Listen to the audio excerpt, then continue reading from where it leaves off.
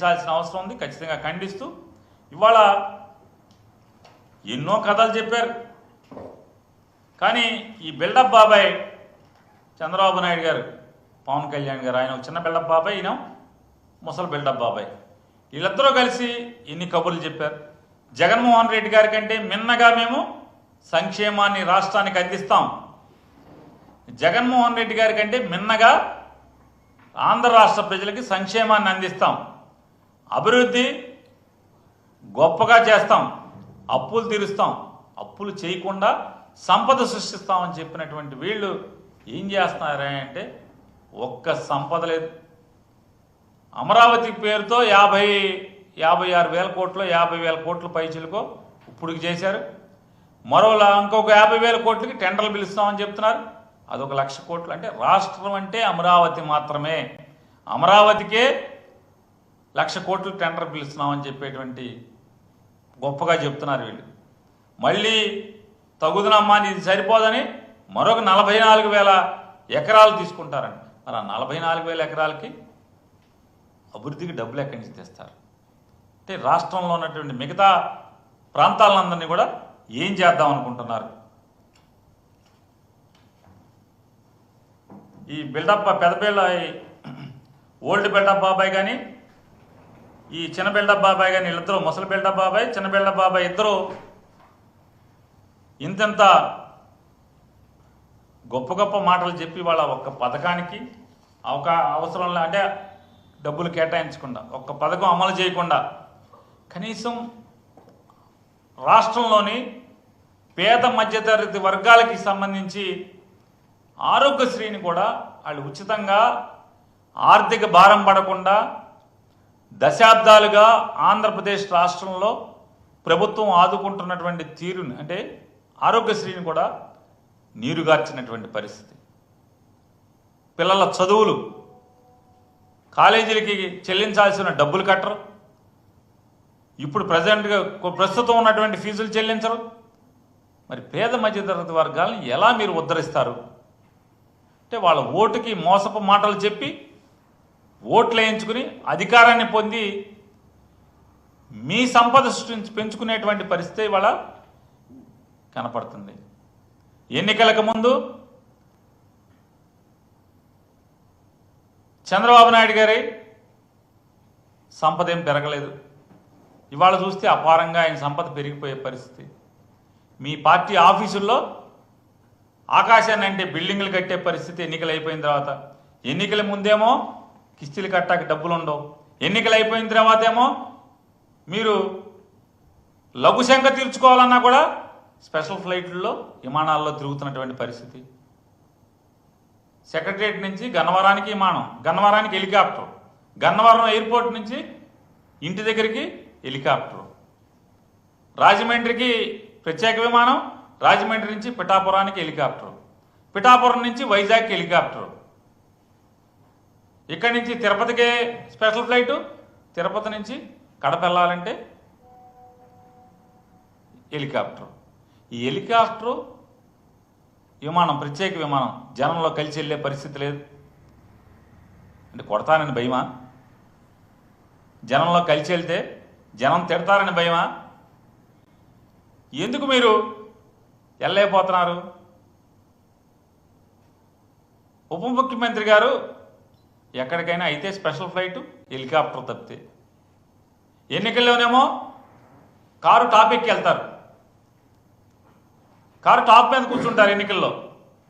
ఇప్పుడేమో కనపడకుండా విమానాల్లో ఇంకో పక్క ప్యాసింజర్ కూడా ఉండకుండా మీరు ఒక్కళ్ళే విమానంలో వెళ్తారు, హెలికాప్టర్లో దిగుతారు. అంటే అదేమన్నా పోనీ మీ సొంత సొమ్ములా? కాదు కదా. ఇదంతా కూడా రాష్ట్ర ప్రజల పన్ను కట్టిన డబ్బుల్లోంచే మీరు ముగ్గురు, చంద్రబాబు నాయుడు గారు కానీ, లోకేష్ నాయుడు గారు కానీ, లేదా పవన్ కళ్యాణ్ గారు కానీ, ఇలా ముగ్గురు తిరిగేటువంటి ప్రత్యేక హెలికాప్టర్లు కానీ లేదా ప్రత్యేక విమానాలు కానీ, ఆఖరికి వీళ్ళ కుటుంబం దగ్గరికి వెళ్ళాలన్నా కూడా ప్రత్యేక విమానమే. చెప్పండి, బయటికి పెట్టండి. ఆ డబ్బులు ఎక్కడి, ఎవరు కడుతున్నారు? వారం వారం హైదరాబాద్ వెళ్తున్నారు కదా తండ్రి కొడుకులు ఇద్దరు, వారం వారం హైదరాబాద్ వెళ్ళే డబ్బులే విమానాలకి ఎవరు డబ్బులు కడుతున్నారు? శుక్రవారం కొడుకేమో ఇటు నుంచి హైదరాబాద్ వెళ్తాడు ప్రత్యేక విమానంలో, తండ్రి శనివారం నాడు హైదరాబాద్ వెళ్తాడు ప్రత్యేక విమానంలో. ఇద్దరు కలిసి ఒక విమానంలో రావచ్చు కదా, చెరొక విమానంలో సోమవారం ఇక్కడికి వస్తారు. ఎవరు కడుతున్నారు డబ్బులు? ఎక్కడికి వెళ్ళినా మీరు ప్రత్యేక విమానంలో తిరుగుతున్నారు కదా. హైదరాబాద్ మీరు మీ కుటుంబం దగ్గరికి, భార్యా పిల్లల దగ్గరికి వెళ్తాకి రాష్ట్ర ప్రజలకు ఏం సంబంధం? డబ్బులు కడతాకి చెప్పండి, మీరు లెక్కలు చెప్పండి. ఎన్నిసార్లు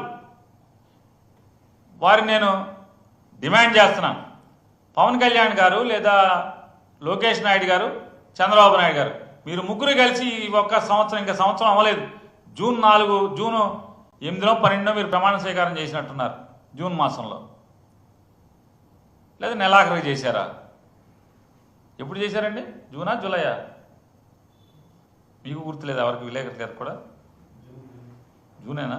జూన్ 4 ఎలక్షన్ ఇంకే రిజల్ట్ వచ్చింది, 11 చేశారా? ఇంకా తర్వాత చేశారా? కొంచెం గ్యాప్ ఇచ్చారే. మొత్తం వైసీపీ వాళ్ళందరినీ మటర్లు చేసేయండి, ఇల్లు కాల్చేయండి, ఆస్తులు కాల్చేయండి అని చెప్పని ప్రమాణ స్వీకారానికి గ్యాప్ ఇచ్చినట్టున్నారుగా, లేదా? అప్పటి నుంచి ఇప్పటిదాకా ఇంకా సంవత్సరం పూర్తవలా. ఈ సంవత్సరం పూర్తవకుండా సంవత్సరం నిండనటువంటి వీళ్ళ పదవీ కాలంలో జనం సొమ్ము ఎంత ఆర్థకర్పూరం అయిపోయింది. ఈ హెలికాప్టర్లకి, స్పెషల్ ఫ్లైట్లకి చెప్పమని నేను డిమాండ్ చేస్తున్నాం.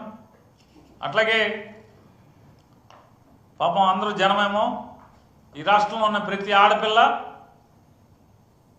18 ఏళ్ళు నిండంగానే 50, అట్లాగే 59 ఏళ్ళు లోపు వాళ్ళందరూ కూడా డబ్బులు వస్తాయి అనుకున్నారు. నెల 1500 వేస్తారన్నారు. ఆ డబ్బులు ఏమైపోయినాయి? ఉచిత బస్సు ఏమైపోయింది? ఈ మధ్య ఎవరో జనసేన వాళ్ళు మాట్లాడుతున్నారు, అసలు ఉచిత బస్సు అని ఎవడు చెప్పాడు? ఏ బుద్ధున్నాడు చెప్పాడు? ఎవడు చెప్తాడు? ఎవడన్నా నమ్ముతాడా? ఎందుకు ఇస్తారు ఉచిత బస్సు? ఎందుకు ఇవ్వాలని జనసేన వాళ్ళు మాట్లాడుతున్నారు. వత్తాసు చంద్రబాబు నాయుడికి. కూటమి ప్రభుత్వం కదా. కూటమి అంటే ఇటు విషపు కూటమి ఇది. ఎన్నికల ముందేమో కాళ్ళ ఏళ్ళ పడతారు, ఎన్నికలు అయిన తర్వాత ఏమో నెత్తి మీద ఎక్కి తొక్కేటువంటి పరిస్థితి ప్రజల్ని. పిల్లల చదువుల గురించి పట్టించుకున్నవాడు లేడు, కాలేజీ ఫీజులు కడతలేదు, తల్లిదండ్రుల దగ్గర జుట్టు పట్టుకుని మరీ కాలేజీ యాజమాన్యాలు వసూలు చేస్తున్నాయి. పేద విద్యార్థులు అందరి దగ్గర, తల్లిదండ్రుల దగ్గర డబ్బులు వసూలు చేస్తున్నారు ఫీజులు కట్టమని. ఈ ప్రభుత్వం కడతోసి వస్తాం, మాకు అనవసరం, ఆడు కడితే అప్పుడు మేము వేస్తాం లేవయా అని చెప్పి దబాయించే పరిస్థితి. పరీక్షలు రాయనివ్వట్లేదు, మెస్ ఛార్జీలు ఏది మీరు పిల్లలు చదువుకునేటువంటి వాళ్ళందరూ కూడా, పేద మధ్యతరగతి విద్యార్థులకి మెస్ ఛార్జీలు వేరు. ఏం చేద్దాం అనుకుంటున్నారు ఈ రాష్ట్రాన్ని? ఇంత దగా, ఇంత మోసం. ఈ రోజుకి ఏం సిగ్గుపడకుండా అబద్ధాలు చెప్తారు. ఎంత బరితెగించారంటే వీళ్ళు. పిఠాపురంలో దళితుల్ని వెలివేస్తే, గ్రామ బహిష్కరణ, సంఘ బహిష్కరణ చేస్తే, పిఠాపురంలో దళితుల్ని 2025 సంవత్సరం 2025 1947 2025 ఇవాళ ఈ 2025లో స్వాతంత్రం వచ్చిన ఇన్ని దశాబ్దాలకి